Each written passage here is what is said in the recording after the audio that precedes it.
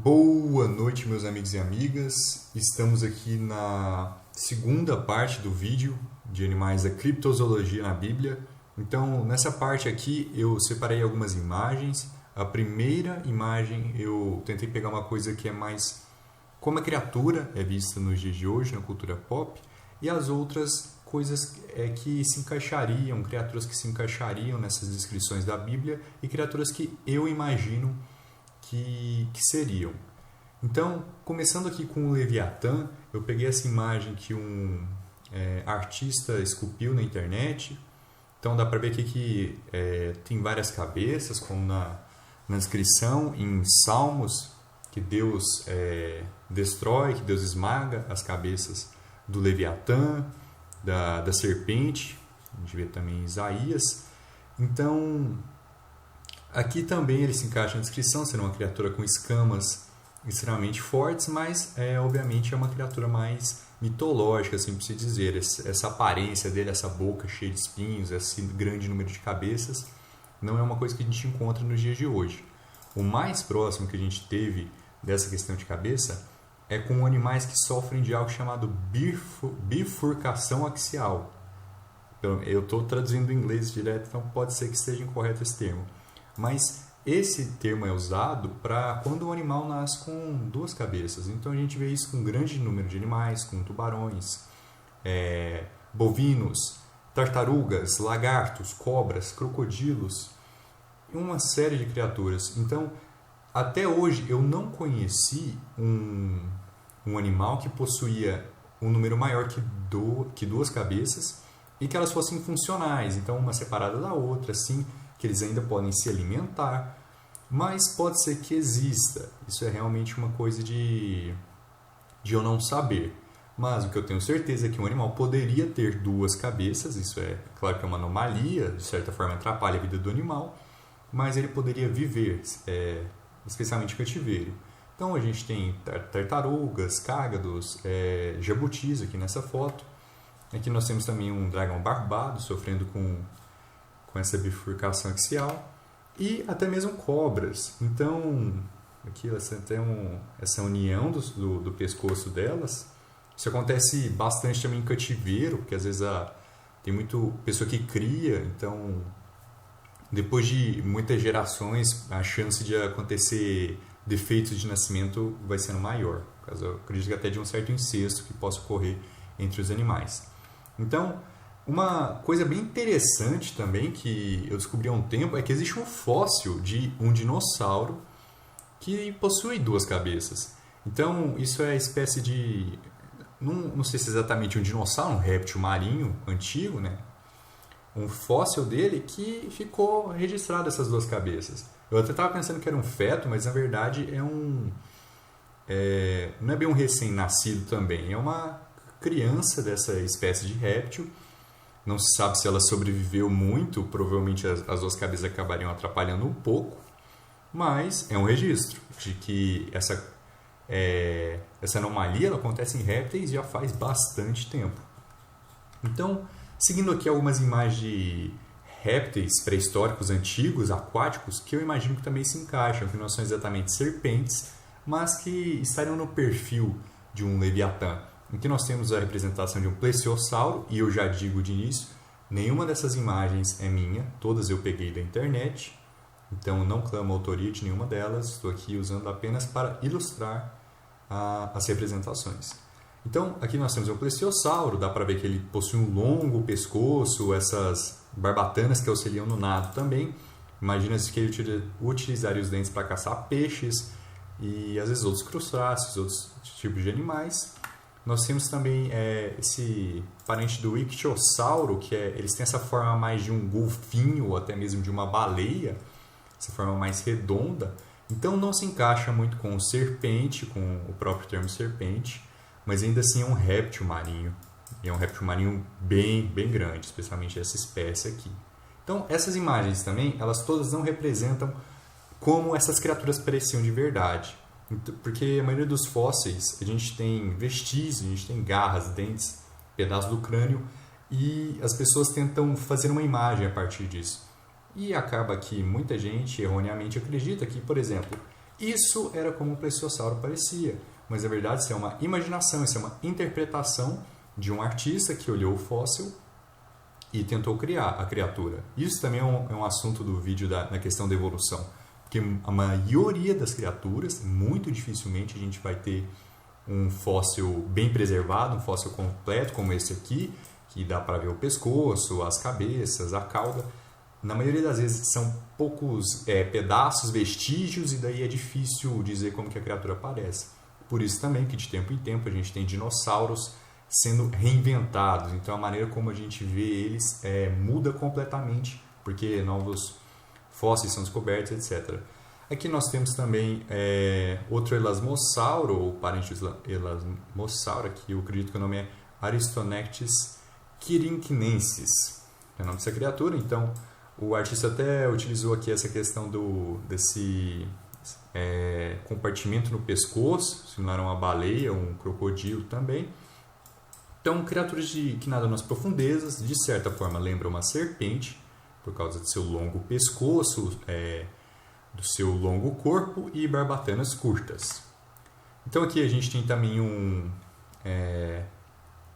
não sei se exatamente um mossossauro que estamos vendo aqui, que também é um réptil bem antigo. Acreditam-se que ele era um parente dos varanos que a gente vê hoje, o dragão de Komodo, lagartos monitores. Então também seria um animal bem grande, com uma boca poderosa, garras poderosas e poderosas escamas, que consegue nadar a rápidas velocidades. Eu acho inclusive que o mossossauro é provavelmente um dos melhores candidatos, porque tem essa questão do dragão de Komodo e tal. E uma curiosidade é que as pessoas falam, não, mas de onde surge dinossauro a partir da palavra dragão ou da palavra serpente? A palavra dinossauro simplesmente não existia no hebreu, e do que eu acredito também, no grego não existia essa palavra. Então só foi surgir bem depois com o entendimento do que eram os fósseis. Então as pessoas simplesmente não tinham uma palavra dinossauro, então incluiria como répteis em geral, dragões, esse tipo de coisa. Então aqui indo para o Berrimonte, essa imagem é até que bem famosa, aqui retratando ele como uma espécie de coisa, né? Parece um hipopótamo com rosto de leão, os dentes de elefante, a cauda também de um leão.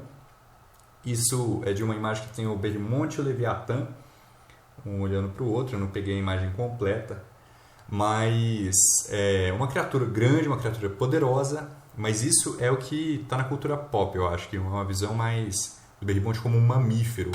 De fato, eu pessoalmente acredito, especialmente por causa da descrição da cauda, que seja um réptil, um sauropóde, uma criatura imensa.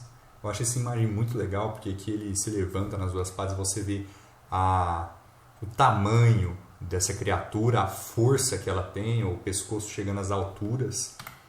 Aqui nós temos também uma família de saurópodes, saurópodes, ficando em pântanos, assim, um lugar cheio de água, similar à descrição que a gente vê em Jó também.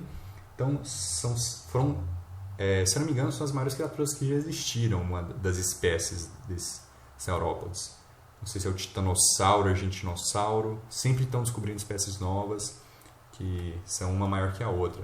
Mas ainda assim, escamas poderosas também, dificilmente um homem domaria algo desse tamanho, especialmente naquela época. E aqui um rostinho muito belo de como eles estão imaginando que ele seja hoje em dia. E, de novo, essas representações de dinossauros, de répteis antigos, sempre mudam com o tempo, porque descobrem coisas novas.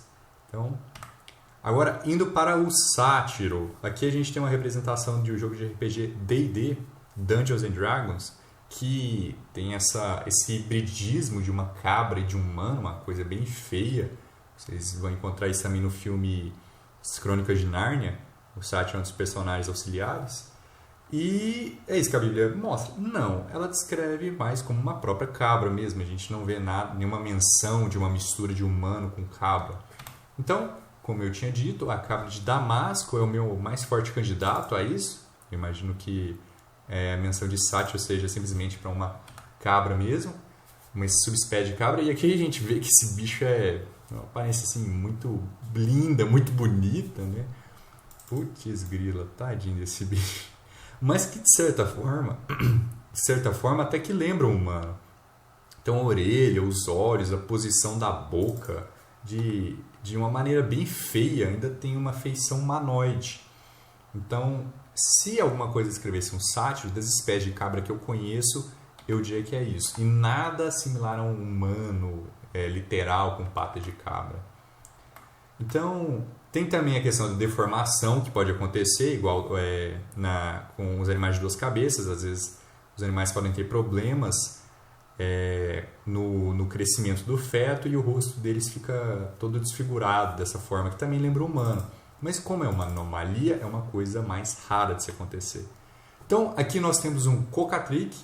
Isso também é do Dungeons and Dragons, tirado do RPG de lá, essa imagem. Então, aqui a gente vê eu acho que é uma das representações mais comuns do Cocatric, feições de galo com penas, escamas, uma mistura de um galo com uma serpente. De fato, tem até os esporões que galos têm também. Só que não é isso que a Bíblia traz para a gente, como traz com o sinônimo víbora, serpente, serpente flamejante voadora. Então aqui eu até trouxe essas imagens para mostrar a serpente voadora que a gente tem nos dias de hoje, que ela plana devido a essa forma que o corpo dela tem, o corpo dela fica bem achatado, então ela acaba conseguindo planar de um lugar para outro. Isso é realmente uma imagem real, não é ficção, dá para até jogar o nome dela, cobra voadora. Vocês podem ver o vídeo dela tomando voo, por assim se dizer. Ela só plana. E aqui a gente tem uma cobra de bico, uma cobra até africana, então habita desertos também, umas regiões mais áridas, e ela tem um bico que eu imagino que poderia ser, se o Cocatric, se a serpente que é o Cocatric tivesse algo nesse tipo, poderia ser o que remeteu às lendas de galo com uma cobra, né? Esse bico.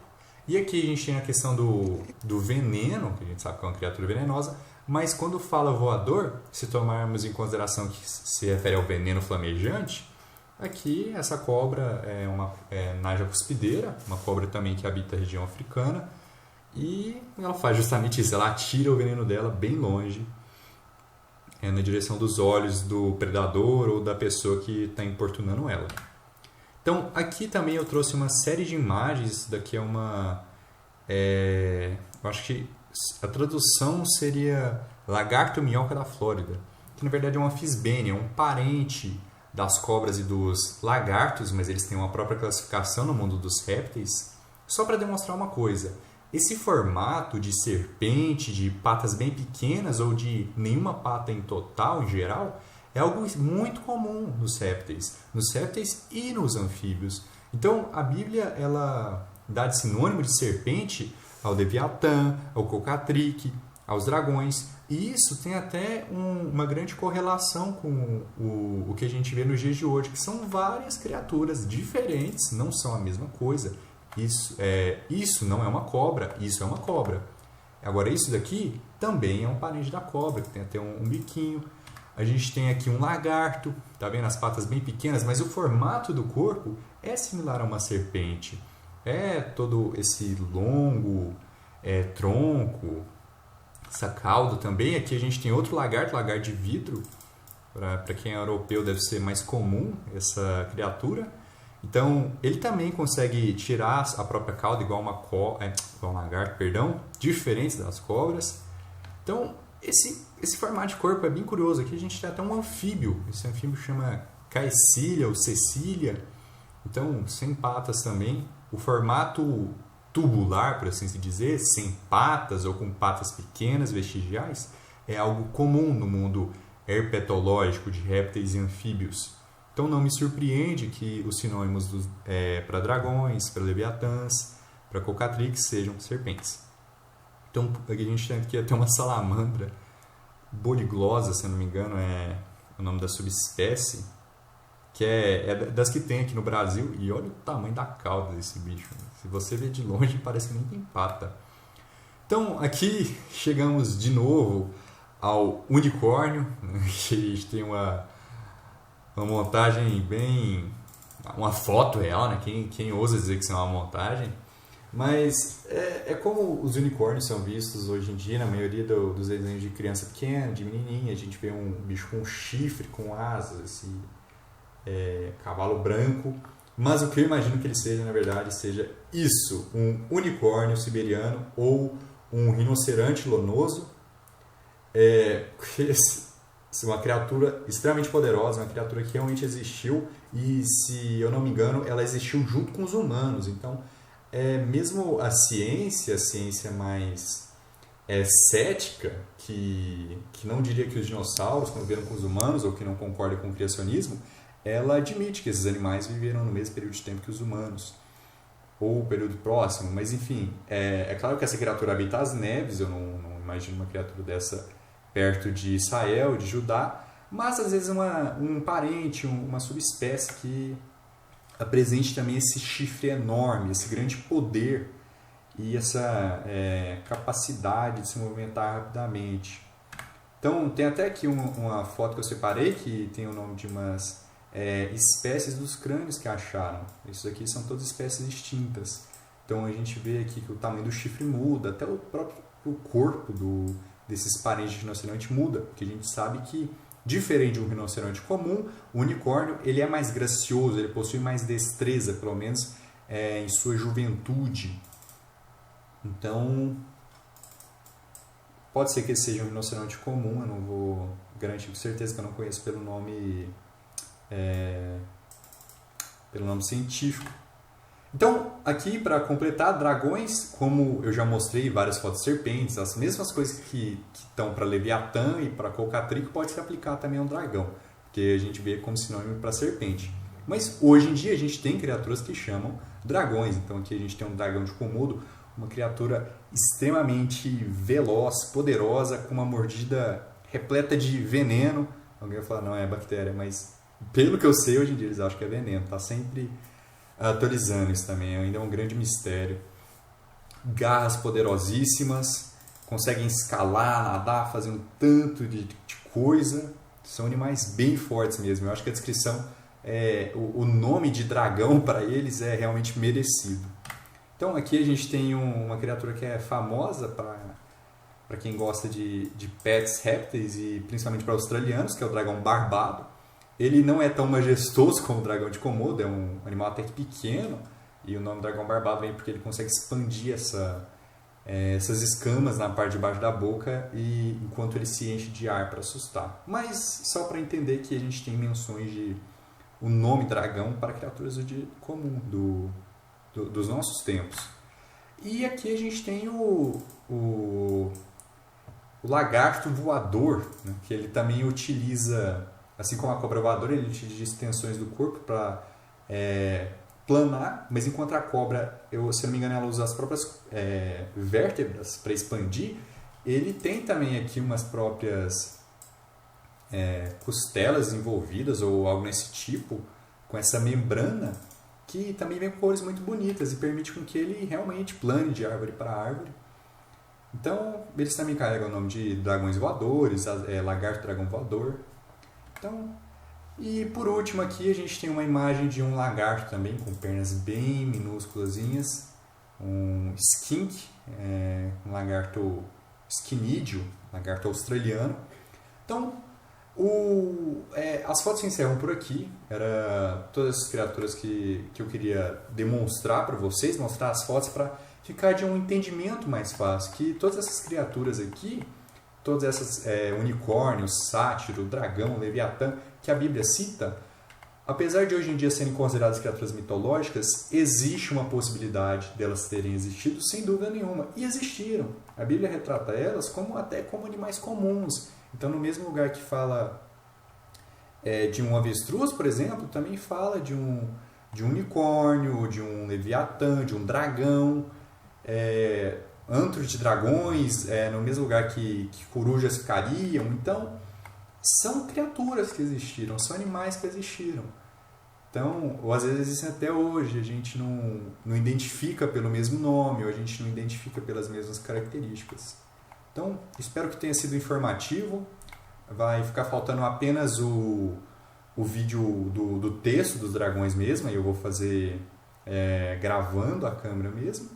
Espero que tenha servido de informação para vocês. Eu gostei muito desse assunto, eu gosto muito de répteis, anfíbios. Essa questão de mitologia, de fantasia também sempre foi do meu interesse, então foi legal produzir esse vídeo para vocês. Espero que tenham aproveitado e boa noite!